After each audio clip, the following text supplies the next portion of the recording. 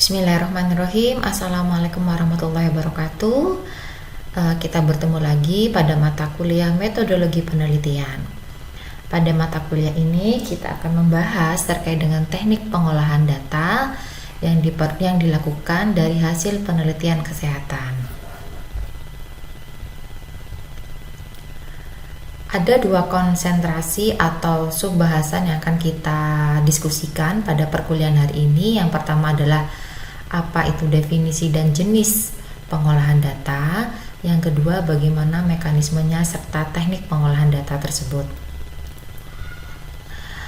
Jadi, setelah para peneliti mendapatkan atau memperoleh data kesehatan dari Fasiankes atau tempat penelitiannya, maka data tersebut dapat dilakukan proses analisis data atau pengolahan yang meliputi proses coding data, proses entry, kemudian proses cleaning atau pembersihan data, serta bagaimana cara penanganan data penelitian yang masih kosong. Setelah dilakukan proses analisis data, nanti diharapkan data tersebut dapat disajikan dalam bentuk tabel, kemudian bisa berupa dalam bentuk grafik, atau diolah menggunakan alat uji statistik secara statistik deskriptif, statistik inferensial, dengan melakukan uji hipotesis serta uji hubungan. Nah, dari data penelitian tersebut dapat kita lakukan proses pengolahan data penelitian yang terbagi menjadi 3, yaitu ada proses editing, ada proses penyajian data, dan juga bagaimana cara melakukan statistik inferensial. Untuk proses editing atau proses melakukan penyuntingan meliputi proses coding data, ada proses entry data, kemudian ada proses pembersihan data yang dianggap tidak lengkap atau tidak layak digunakan, serta bagaimana seorang peneliti melakukan penanganan data dari hasil pengambilan data yang masih kosong. Kemudian yang kedua, setelah dilakukan proses editing, maka dapat memasuki tahapan penyajian data, yaitu kita akan mengklasifikasikan jenis penyajian datanya berupa apa. Kemudian bentuk penyajian datanya bisa berupa tabel atau grafik, dan juga dalam bentuk statistik deskriptif. Apabila penelitian tersebut dilakukan dalam tahapan statistik inferensial, maka peneliti dapat melakukan uji hipotesis, kemudian melakukan uji korelasi, uji regresi, atau bisa melakukan proses pengolahan data menggunakan aplikasi Anaconda atau uji ANOVA, TITES, dan lain sebagainya. Kita masuk ke dalam tahapan coding. Nah, coding yang di sini bukan merupakan coding diagnosis atau coding tindakan, tetapi coding tersebut merupakan proses mengolah data mentah dari hasil penelitian yang didapatkan dari sebuah angket atau kuesioner. Kemudian angket tersebut dapat diberikan kode sehingga mudah dilakukan proses pengolahan menggunakan alat uji statistik seperti Stata, SPSS, uji R, dan lain sebagainya. Pada contoh di sebelah kanan merupakan bentuk dari proses coding, di mana peneliti menggunakan angket atau kuesioner untuk pengambilan datanya. Para responden yang mengisikan angket tersebut dilakukan proses coding berdasarkan variabel atau pertanyaan. Yang pertama, variabel berupa jenis kelamin. Maka jawaban dari responden laki-laki akan diberikan kode 1, sedangkan responden dari perempuan akan diberikan kode 2. Ini yang dimaksud dengan coding untuk jenis kelamin. Kemudian pada angket tersebut juga ada pengklasifikasian berdasarkan tingkat pendidikan yang terbagi menjadi 4, tingkat SD, SMP, SMA, hingga diploma atau sarjana, di mana proses kodenya juga diberikan kode berdasarkan level tingkat pendidikan. Pada variabel ketiga adalah pertanyaan terkait dengan kemudahan dalam penggunaan kartu Indonesia Sehat. Ada pertanyaan-pertanyaan terkait dengan hal tersebut dengan distribusi jawabannya adalah kategori sangat mudah, mudah, cukup mudah, tidak mudah, dan sangat tidak mudah. Di mana kategori jawaban yang bernilai positif diberikan kode nilai tertinggi. Sedangkan kategori jawaban yang memberikan nilai negatif akan diberikan kode skor yang terendah. Kemudian setelah dilakukan proses coding, peneliti dapat melakukan proses entering atau memasukkan data, yaitu dengan memindahkan data yang telah dikoding dalam alat statistik, bisa berupa Stata, SPSS, R, dan lain sebagainya. Bagaimana tahapannya? Yang pertama dengan membuat kode sheet, yang kedua direct entry, yang ketiga optical scan sheet, dan yang keempat dengan chatting. Setelah dilakukan proses coding, entering, peneliti dapat melakukan proses cleaning atau pembersihan data. Apa cleaning data? Adalah memastikan bahwa seluruh data yang telah dimasukkan ke dalam sistem atau alat uji statistik sudah sesuai dengan keadaan sebelumnya. Bagaimana cara cleaning? Ada 3 tahapan, yaitu yang pertama possible cleaning code atau perbaikan pada kode yang tidak jelas. Misalnya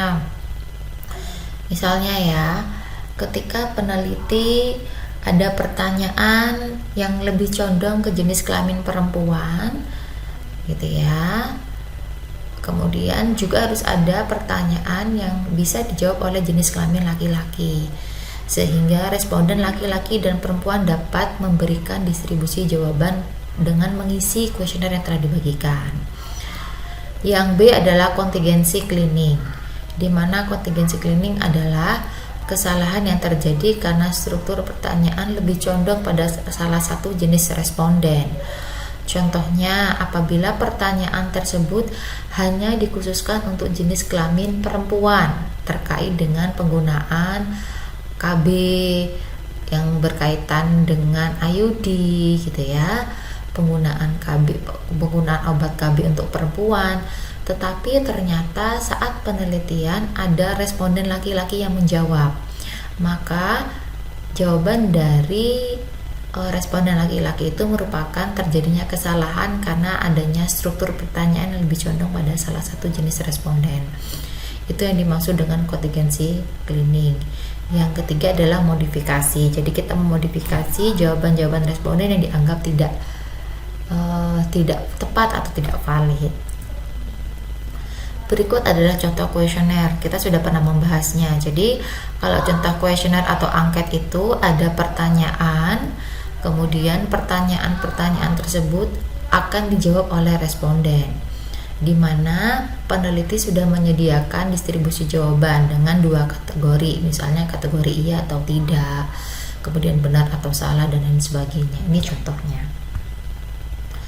Berikutnya, ya, dari data ini ya. Jadi pertanyaan pertama adalah apakah Bapak atau Ibu memiliki kartu sehat, gitu ya.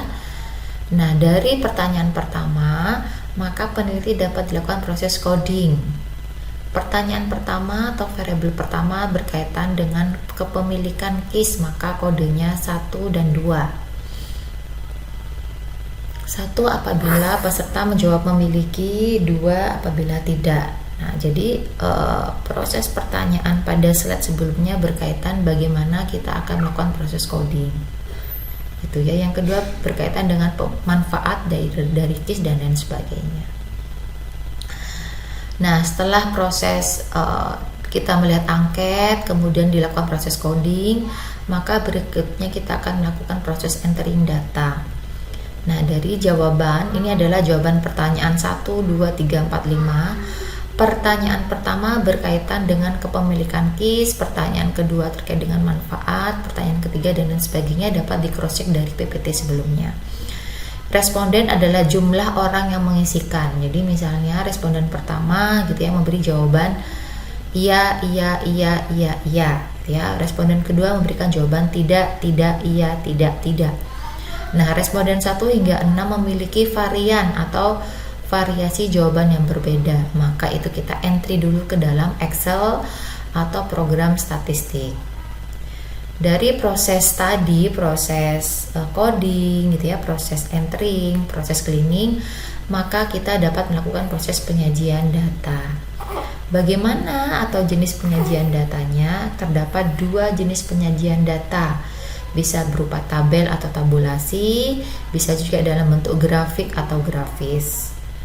Nah, penyajian data berupa tabulasi atau tabel umumnya disajikan dalam bentuk tabel atau distribusi tabel frekuensi atau cross tab. Bisa juga dalam bentuk tabel frekuensi yang dapat memberikan gambaran dari keragaman data. Nah, jika kita merujuk dari tabel frekuensi, maka terbagi menjadi 2, yaitu distribusi frekuensi kualitatif, di mana dengan pengukuran datanya menggunakan skala nominal atau dan ordinal. Begitu juga ada distribusi frekuensi numerikal atau kuantitatif, di mana distribusi berdasarkan kelas-kelasnya berupa angka-angka. Gitu ya. Selanjutnya ini contoh tabel frekuensi. Jadi pada tabel di atas merupakan tabel distribusi frekuensi kualitatif berdasarkan jenis kelamin. Jadi responden kita secara kualitatif, kategori jenis kelaminnya terbagi menjadi 2 gitu ya.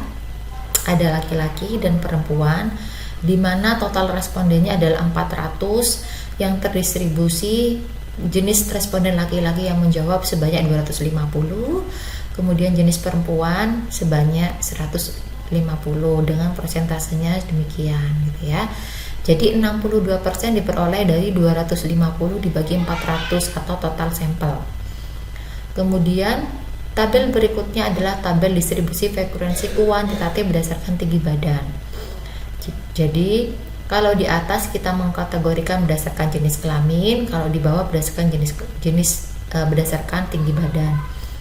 Jadi kalau yang kuantitatif itu lebih condong kepada angka-angka. Ketika interval kelas seorang responden gitu ya dengan range tinggi sekian gitu ya 120 hingga 124, maka batas kelasnya 119,5 hingga maksimalnya 124,5 dengan median atau titik tengahnya 122, frekuensinya sekian. Bagaimana cara mendapatkan olah seperti ini, Bu? Dengan menggunakan aplikasi uji statistik, bisa SPSS, bisa Excel, atau bisa menggunakan Stata. Nah, berikut adalah contoh tabulasi silang atau cross tab.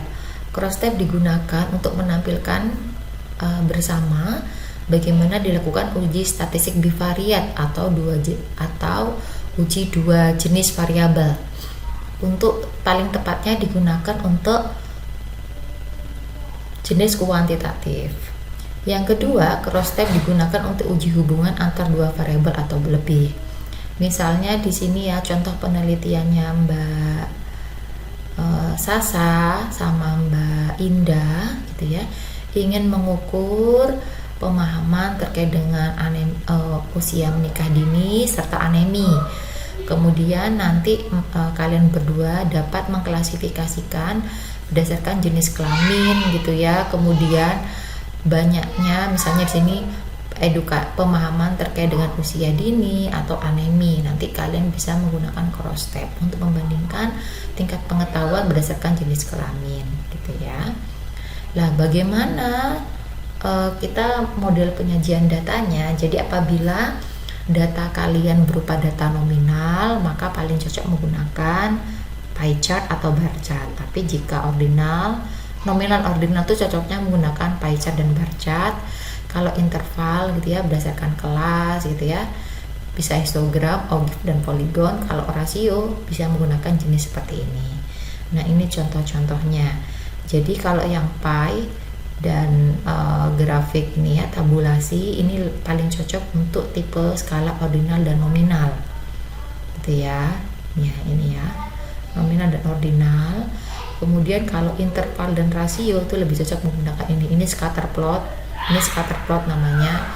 Ini menggunakan apa namanya, polygon, bisa menggunakan yang ini histogram ya gitu ya, histogram, polygon, oblique box plot, streamline gitu ya. Nah ini bisa kalian olah menggunakan aplikasi statistik. Ini scatter plot gitu ya. Kemudian ini pakai kuartil 1, kuartil 2, ini pakai polygon dan lain sebagainya. Nah, bagaimana kita mengetahui terkait dengan penelitian kuantitatif? Jadi penelitian kuantitatif terbagi menjadi penelitian deskriptif serta eksplanasi atau explanatory. Kalau deskriptif itu dengan metodenya menggunakan survei gitu ya, survei atau case study. Explanatory menggunakan survei atau eksperimen. Lalu bagaimana cara kalian mengolah data apabila menggunakan teknik analisisnya adalah statistik deskriptif. Tadi sudah dijelaskan di awal, bisa melakukan statistik deskriptif frekuensi gitu ya. Bisa menggunakan frekuensi itu untuk menghitung jumlah responden dengan kategori tertentu.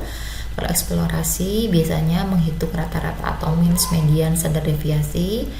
Kemudian kalau deskriptif bisa menghitung minimal, maksimal, kemudian average atau rata-rata, standar deviasi dan jumlah total. Atau juga kita bisa melakukan tabulasi silang, rasio, report dan lain sebagainya. Nah, ini contohnya ya, means, median, modus gitu ya untuk statistik deskriptif. Nah, kalau statistik inferensial ya kita bisa melakukan uji korelasi gitu ya. Uji korelasi itu untuk mengukur kuat lemahnya hubungan antar variabel bebas serta terikat.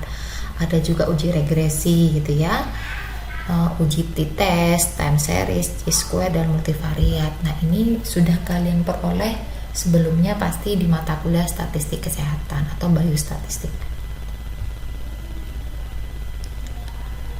Nah lalu apa saja sih metode kuantitatif yang sering digunakan? Ada yang sifatnya tradisional, positivistik, scientific, confirmatory, and kuantitatif.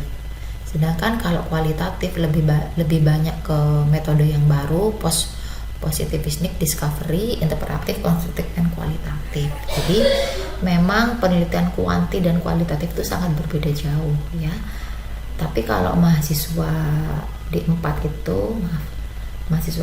itu paling umum menggunakan metode kuantitatif yang sederhana, yang deskriptif ya, atau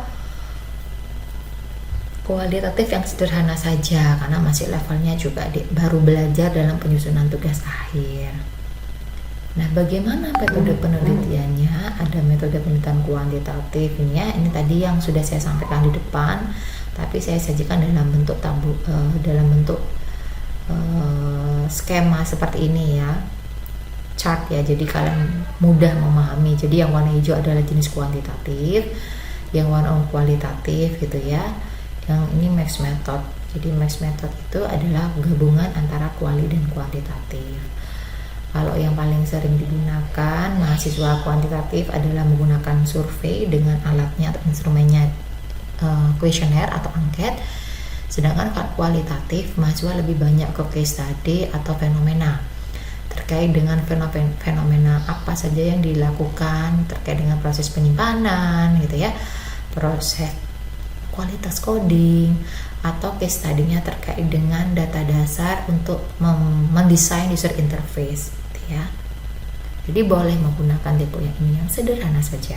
Yang terpenting kalian memahami serta bisa melaksanakan proses penelitian kalian secara baik sehingga tepat waktu. Nah, ini contoh-contohnya ya. Ini adalah contoh penelitian terkait kuantitatif. Kemudian ini juga ini kualitas, kualitatif. Ini yang penelitian saya terkait dengan mixed method. Nanti bisa kalian baca judul-judul yang ini sebagai bahan referensi. Ya. Baik, terima kasih untuk perkuliahan pada hari ini. Jika memang ada yang ingin ditanyakan, bisa diskusi di grup kelas atau bisa WA saya secara langsung. Kurang lebihnya mohon maaf, saya tutup. Assalamualaikum warahmatullahi wabarakatuh.